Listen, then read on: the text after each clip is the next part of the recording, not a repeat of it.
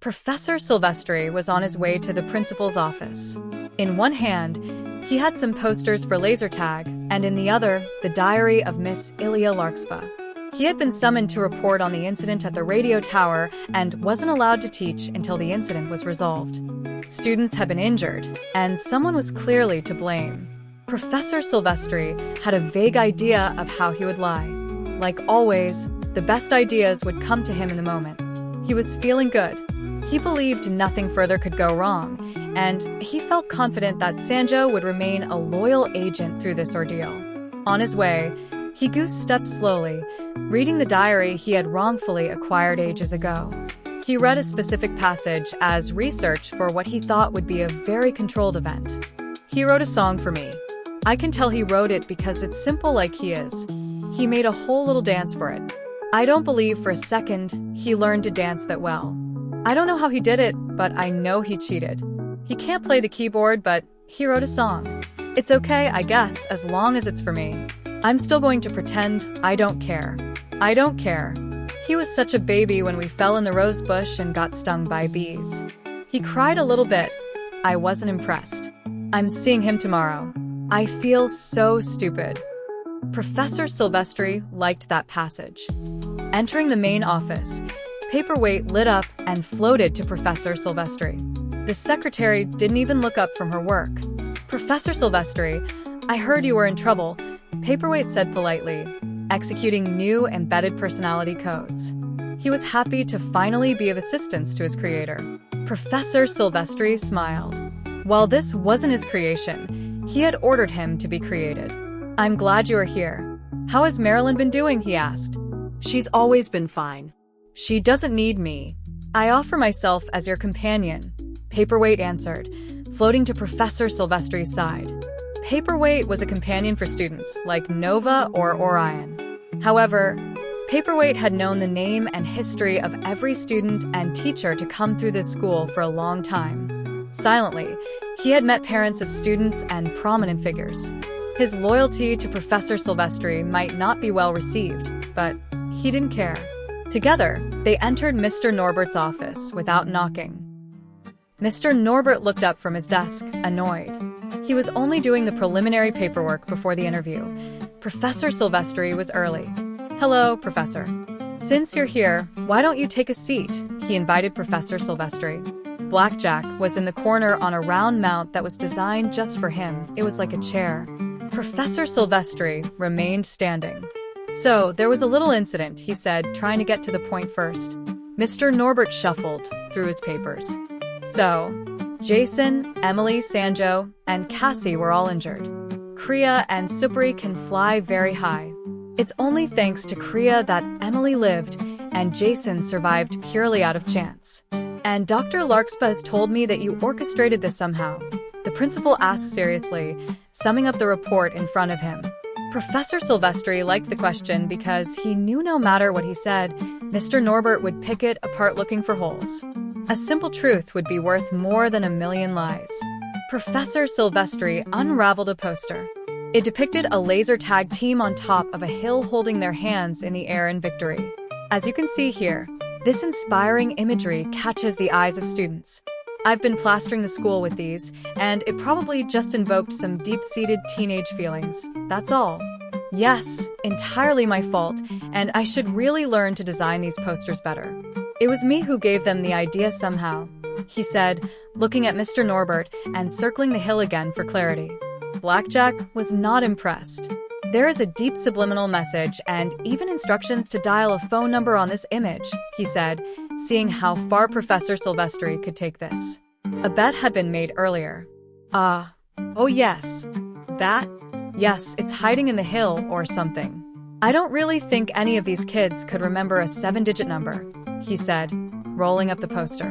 Blackjack flickered in a weird way, like darkness getting darker. It's not numbers. It's a sophisticated QR code, the enormous sphere said. Professor Silvestri started to sweat until he remembered his fundamentals. That's for the companions, of course. Mr. Norbert, do you hear this guy? Professor Silvestri asked, trying to lead the room in a different direction. Jason and Emily said they don't even remember climbing up there. How can this be? Blackjack asked calmly. Professor Silvestri put his hands in his pockets, tucking the posters under his arm. Well, they are teenagers. They really don't know what they had for breakfast. Have you met these kids?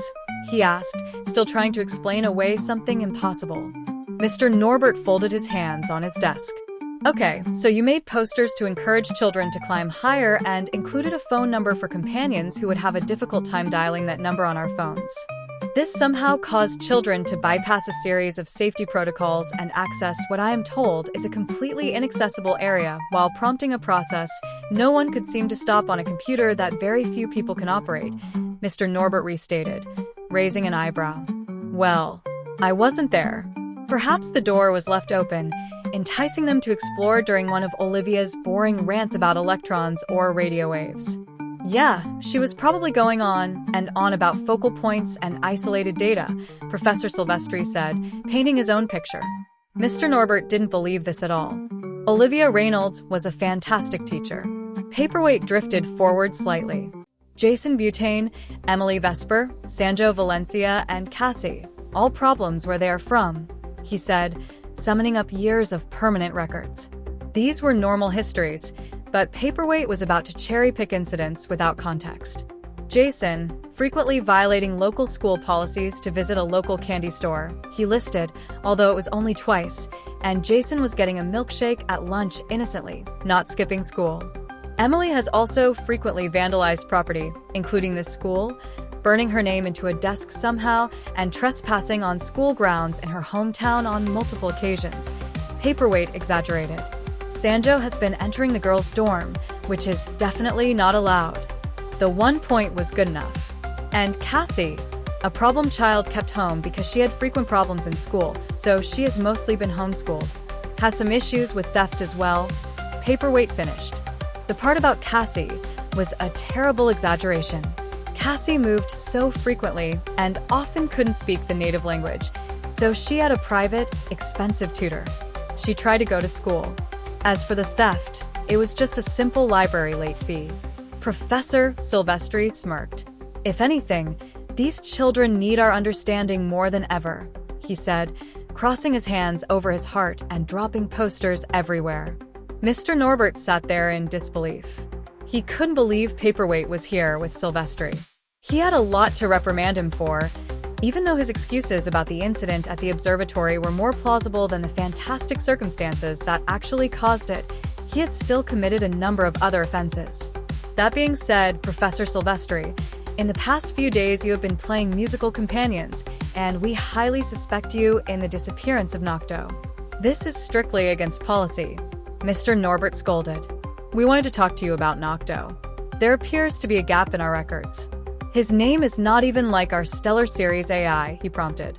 Professor Silvestri had a past with adopting AI companions from unknown origins, Paperweight being an example. Professor Silvestri walked into explaining something he didn't need to explain. Oh, what? Nocto means darkness or the night or something. It's perfectly stellar, he said, giving away something. Blackjack flickered again, getting Professor Silvestri's attention. That's Esperanto, like the East series, their namesake. It's also spelt wrong, the enormous sphere said politely. Professor Silvestri started to sweat. This wasn't something he wanted to talk about with Mr. Norbert. It was a family matter. Well, we should go talk to the nut bars at the nursery. There were only ever 5 East series, who were very grateful to have a place to stay, he said, trying to elicit some sympathy for himself. Why can they fly so high? How can Kriya be so strong? Mr. Norbert asked quickly. Professor Silvestri gave him nothing from his past. Those are exaggerated abilities, he answered just as quickly. Mr. Norbert was sure that all he could reprimand Professor Silvestri for was shuffling companions. I don't want you on school grounds for a few days, he said seriously. I'm taking Paperweight, Professor Silvestri said in protest. Blackjack rose from his mount. Unacceptable, he said harshly. Paperweight flickered in many different colors. Just you stop me, he challenged Blackjack directly. Mr. Norbert and Professor Silvestri looked at each other, worried the two might fight somehow. Perhaps we should get Kriya's opinion. Professor Silvestri broke the stalemate with his last card. Blackjack sat back down. Mr. Norbert did not look pleased either. "You won't take her from Emily either," Professor Silvestri said calmly. "That's fine," Mr. Norbert said, crossing his arms. Professor Silvestri smiled. "I'll see you next Monday, I guess," he said, smiling as he walked out of the office. Paperweight followed him. They walked confidently down the halls of the school and out the main doors. Professor Silvestri stopped at the bottom of the stairs, just in front of the bus stop. "This was as far as I planned. We have no place to stay," he said, looking around for a minute before spotting Dr. Larkspa's red car in the parking lot. Everything had gone wrong. Jason and Cassie were missing. Sanjo had completely skipped lunch, and he had spent all his money. Emily was worried too. By last period, the school was on lockdown and no one was allowed to leave. Students were not allowed to wander around, but the cafeteria was still open. There was a lot going on in the cafeteria, and Sanjo met up with Emily as quickly as he could. Sanjo sat next to her with a serious look on his face. "Cassie and Jason are missing," Sanjo said as soon as he sat down. Emily looked around. There were 3 teachers supervising and asking questions. "I know. I think something else is going on too," she said casually, pointing over Sanjo's shoulder. Sanjo looked to see a boy crying lightly while his friends consoled him. "He isn't the only one," Sanjo said, noticing other students looking worried and not really eating. Teachers were lightly asking questions. Miss Sable would reach Sanjo and Emily soon. Sanjo and Emily were whispering to each other when Miss Sable came up to them. "You two are Jason and Cassie's friends. Have you seen them?" she asked plainly, without adding to the growing sense of alarm. Sanjo shook his head. "I haven't seen them since this morning. We are worried because we had plans," he said, hoping Miss Sable would have something to add. The teacher simply nodded and walked away. Emily furrowed her brow and whispered to Sanjo quietly. "She didn't even want to know what our plans were with Jason?" she asked, hoping the teacher was far enough away now. Sanjo watched Miss Sable pretend to ask questions and move on quickly. "Hang on a minute," Sanjo said, getting up and chasing after Miss Sable. Emily watched Sanjo exchange words with Miss Sable.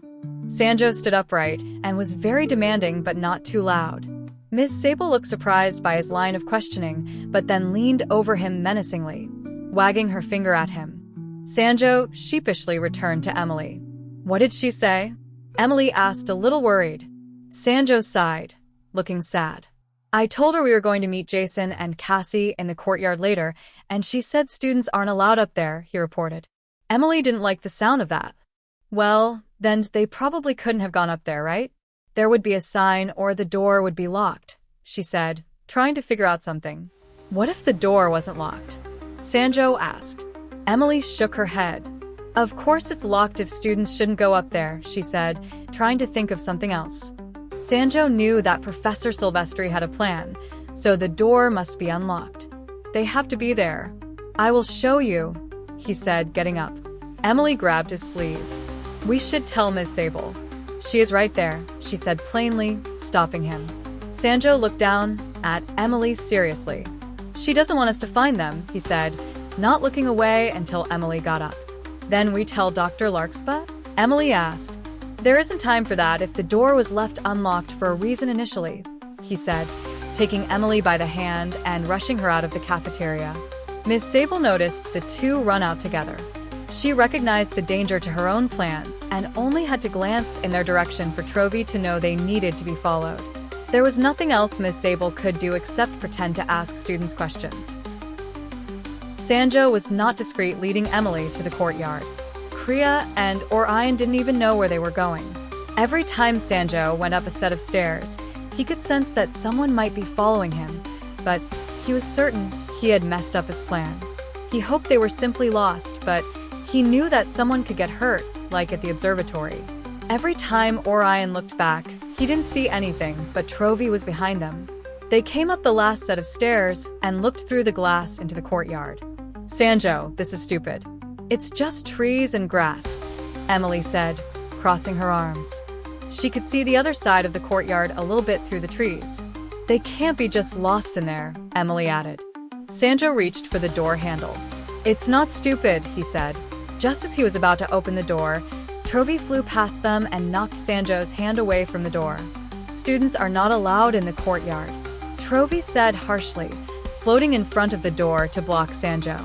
Professor Silvestri asked me to come up here, Sanjo tried to explain. He didn't even know which companion this was. Trovy didn't say anything. He was simply going to wait out Sanjo. Sanjo argued that Jason and Cassie might be in the courtyard. He started to get aggressive while Trovy remained silent. Kriya beeped loudly, flew back, and went up high. Everyone looked at her. She flew through one of the glass panels, smashing it back and forth until there was enough room for the students to pass. Emily and Sanjo shielded themselves and waited for the room to fall silent before speaking. Kriya, what are you doing? Trovy cried, bouncing up and down. Orion flew in front of Trovy. Trovy, what is wrong with you? Are they in there? Orion asked, but there was no time. Sanjo, Emily, and Kriya were already moving into the courtyard, so he had no choice but to follow. Trovy was right behind them. Sanjo couldn't hear anything but walked down the most prominent path he could see, toward the middle of the courtyard. Orion floated next to him. Sanjo, the geometry of the courtyard has changed since I was last here. It may be actively changing, he said, trying to warn Sanjo. Sanjo stopped in place. I definitely messed up.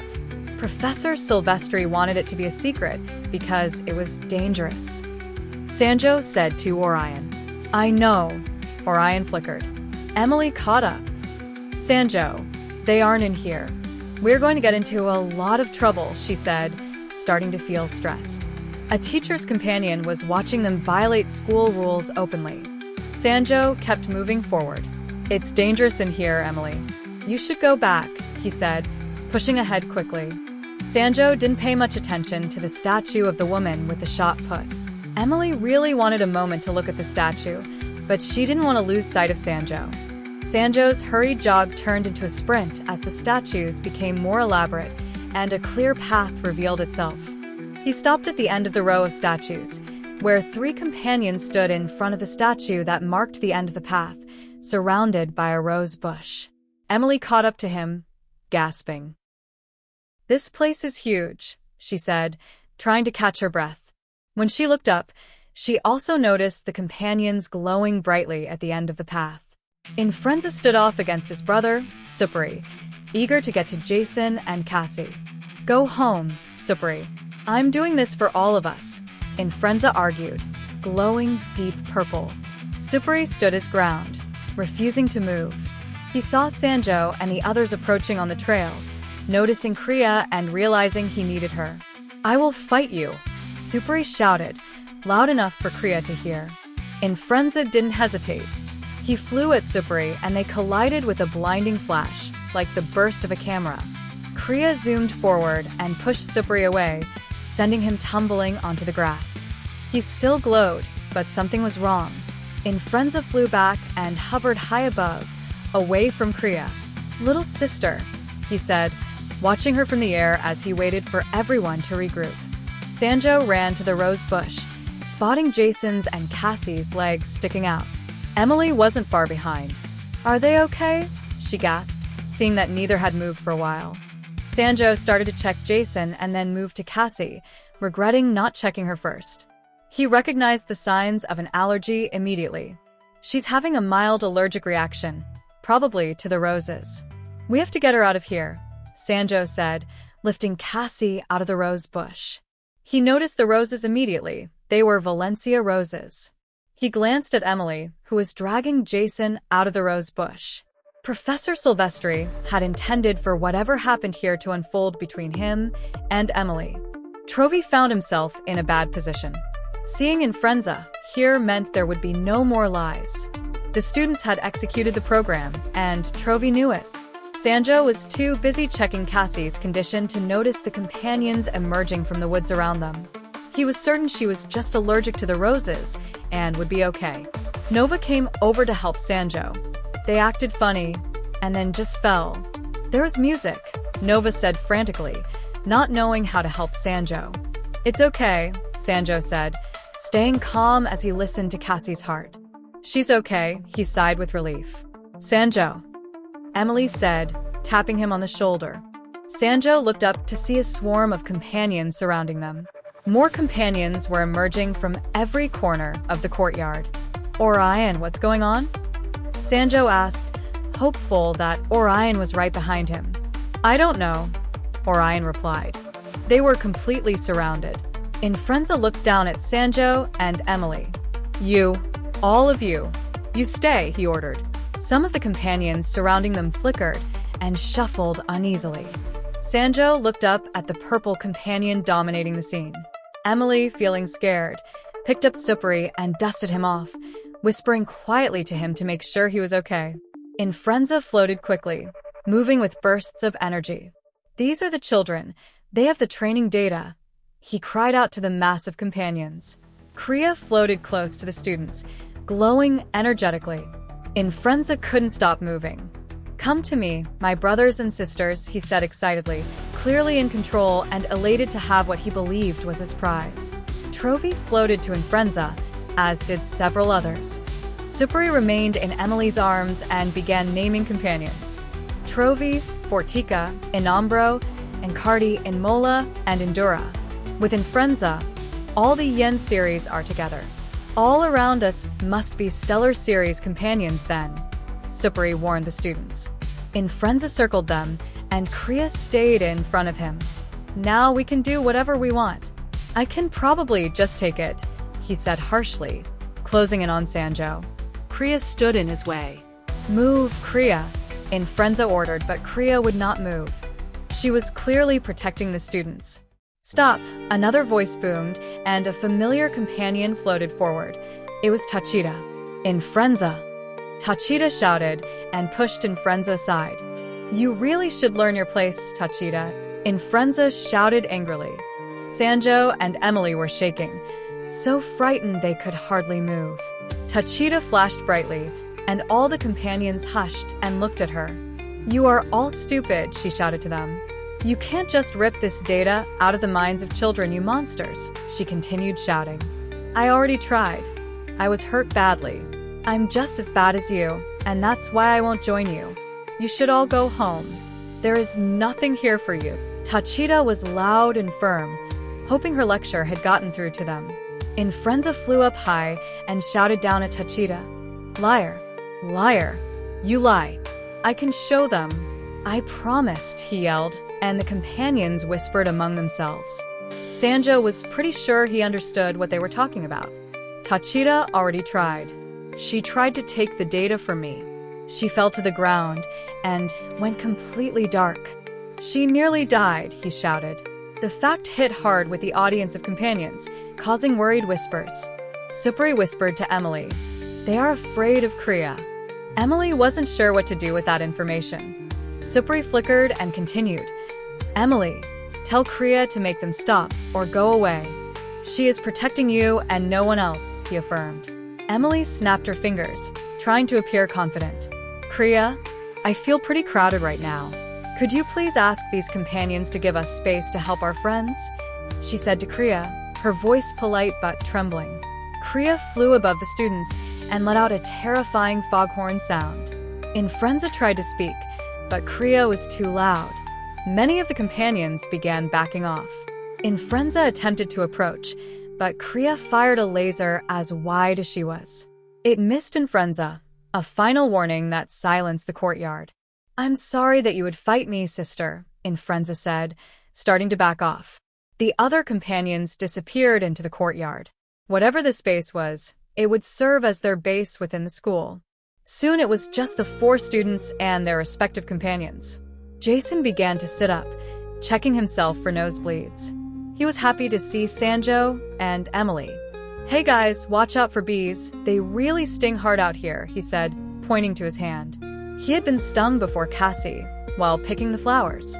It wasn't long before Cassie started to stir too. She felt very sick, but had already heard Emily's and Sanjo's voices. She was eager to tell them what Jason had done.